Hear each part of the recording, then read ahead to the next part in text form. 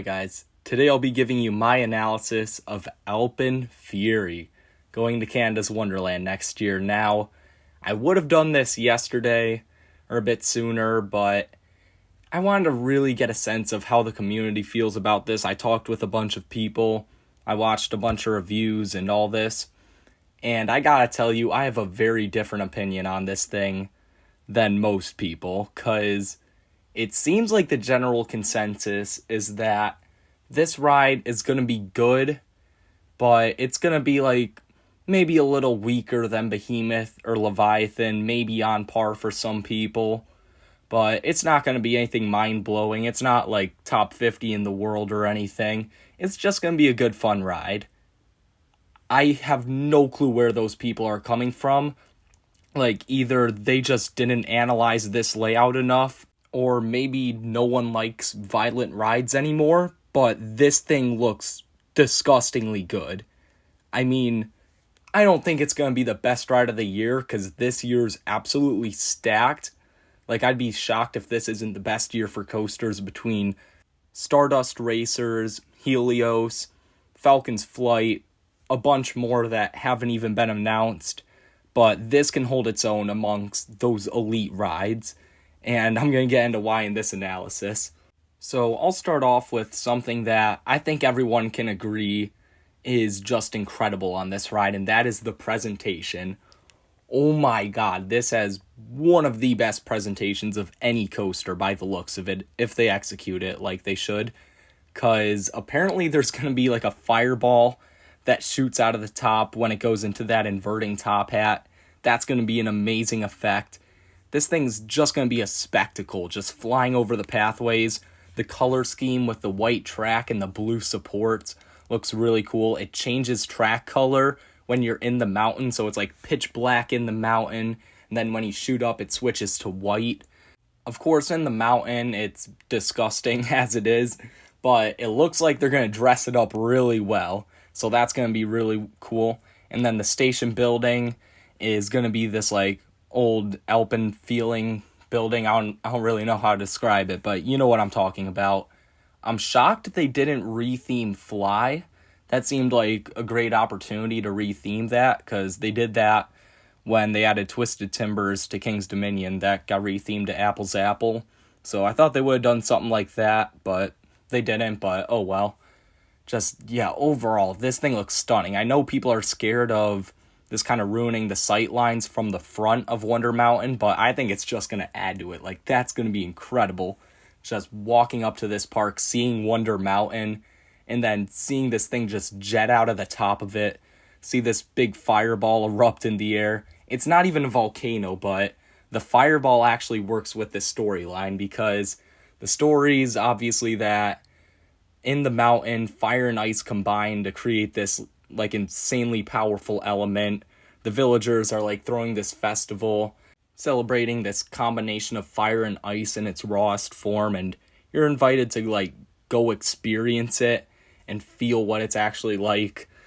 So it's just a really cool storyline, and yeah, the fire obviously makes sense, because that's one of the two elements needed to create this experience.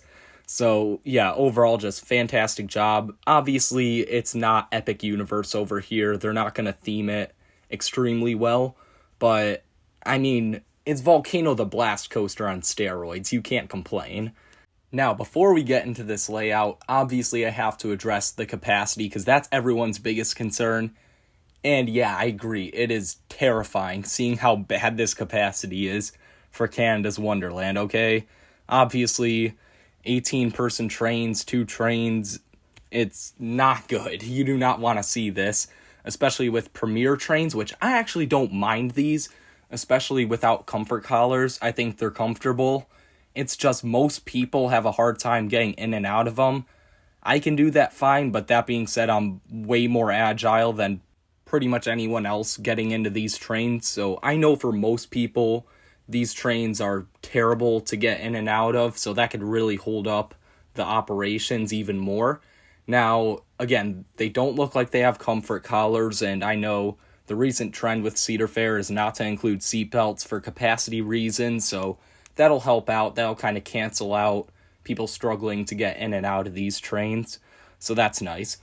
So yeah, let's dive into this layout because, oh my god, people are sleeping on this layout so much. So you start off with a little booster launch. That's kind of going to feel like Backlot Stunt Coaster's launch. I feel like pretty good, but nothing too good. You're going to hit this airtime hill, and I've heard nobody talk about this thing. This looks like a genuinely really good element. I feel like you could get some actual ejector airtime, especially if you're in the back diving down into the mountain, because it looks like you hit this with a good head of steam. And even if you don't take it as fast as in the POV, you're still going to get some great airtime over this first hill. And maybe a bit of laterals too, because you're turning to the right during this.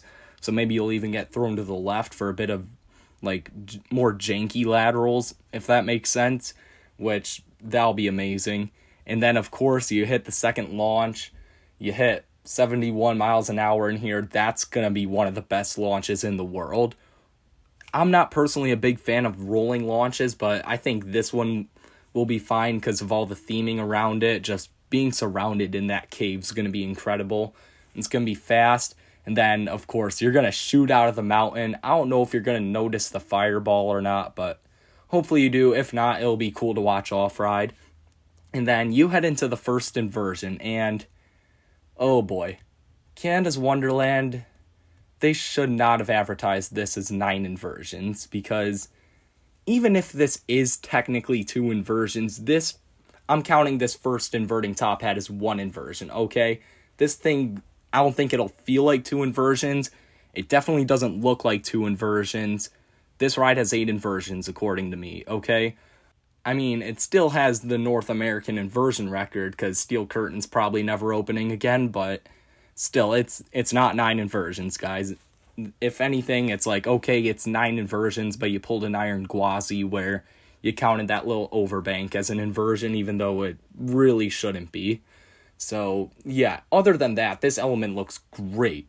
You start off with sort of this intense-looking top hat, and it looks sort of like the Mr. Freeze clones. I haven't done those, but I hear those are really intense. And then the drop from this inverting top hat looks like it could be on par with like the Death Roll or something. Because I feel like what's going to happen here, because you are slightly banked, you're not completely upside down.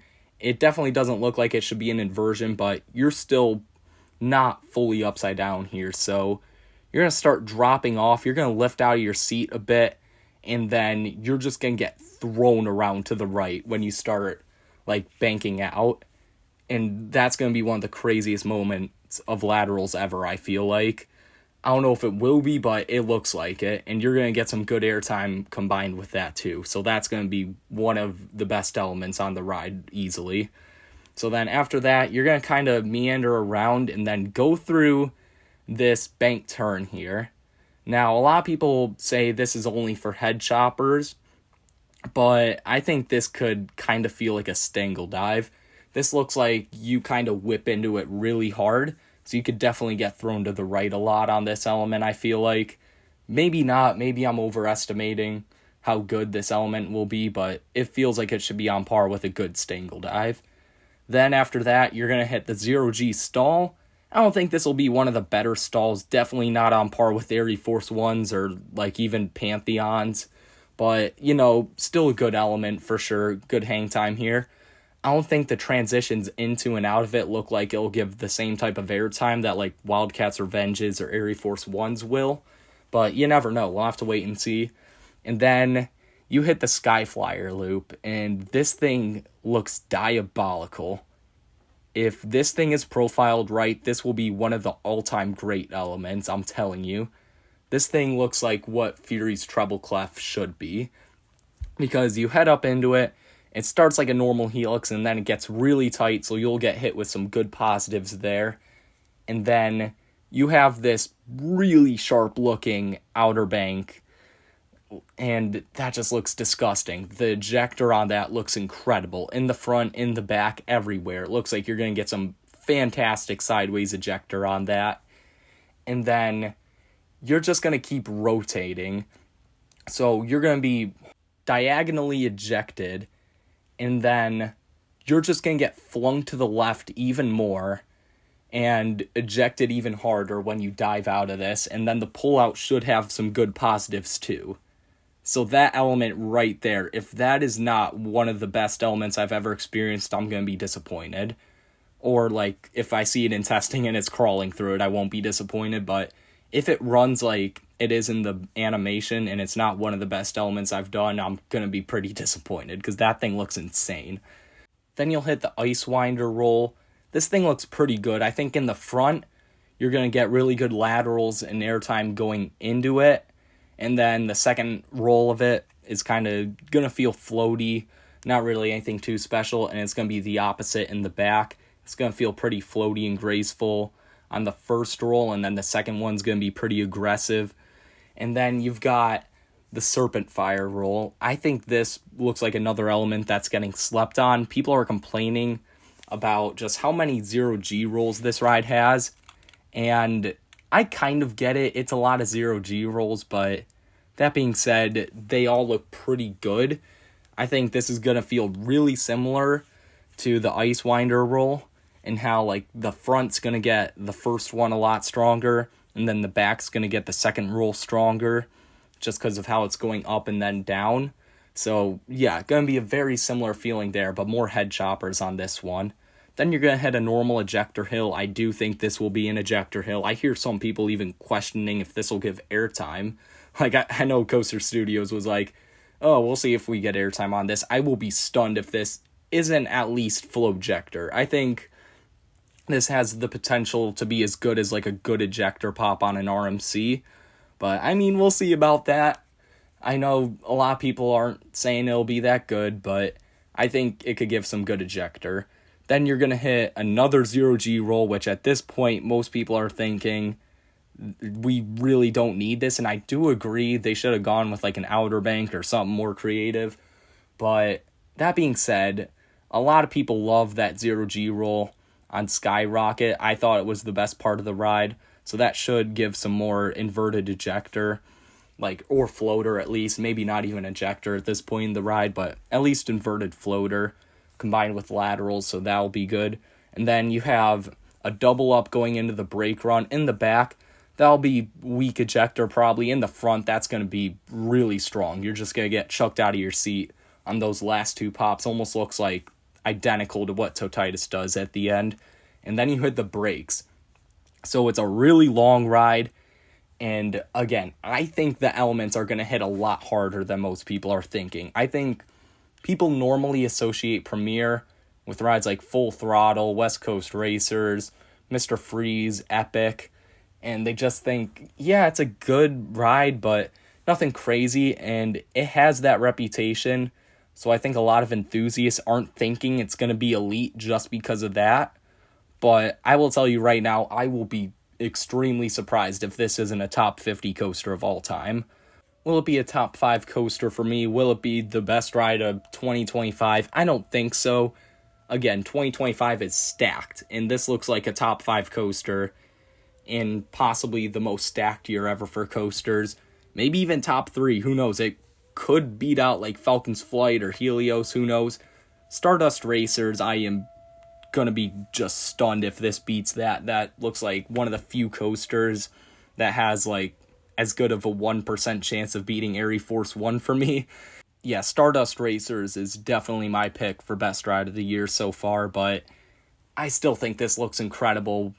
And the people who say this won't even be the best ride in the park are, I don't even know how they're thinking that. Like, do they just like floater airtime that much? Because I don't think this ride's going to have a lot of floater. I think it's either going to be like an element where it's all laterals or pure ejector.